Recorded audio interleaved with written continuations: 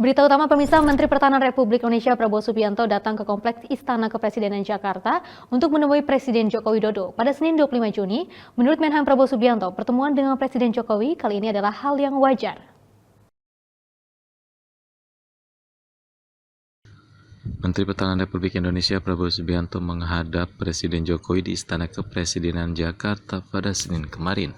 Menhan Prabowo tiba di istana pada pukul 16.46 waktu Indonesia Barat dengan memakai kemeja batik berwarna coklat. Menhan Prabowo Subianto menyebut hal biasa apabila seorang menteri dipanggil oleh Presiden. Menhan Prabowo Subianto mengatakan kedatangannya berkaitan laporan dari kunjungan luar negeri beberapa waktu lalu.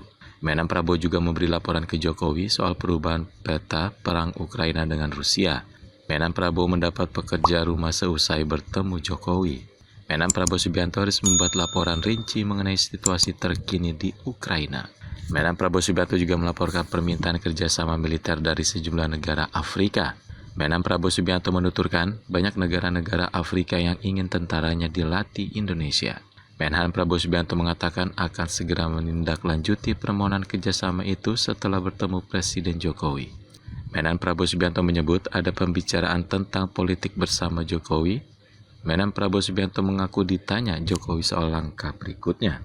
Namun demikian, Menhan Prabowo menjelaskan topik yang dibicarakan pun tidak hanya soal politik, tetapi juga kebijakan luar negeri.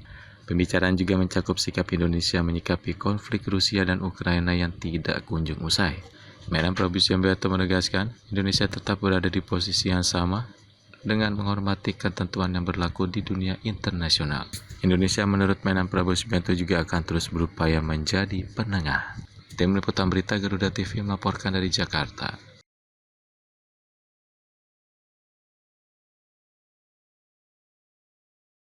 Pemirsa, Menteri Pertahanan Republik Indonesia Prabowo Subianto disambut ratusan relawan di Bandara Adi Sumarmo saat melakukan kunjungan ke Solo di Jawa Tengah baru-baru ini. Kelompok relawan Bolon Mes itu menyambut Menhan Prabowo Subianto yang ingin bersalaman dan berfoto bersama.